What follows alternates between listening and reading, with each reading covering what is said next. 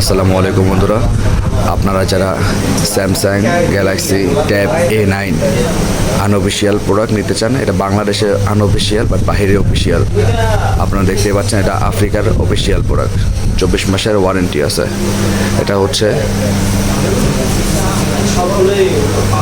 বন্ধুরা, এটা হচ্ছে 4GB RAM, 64GB Rome, silver colour.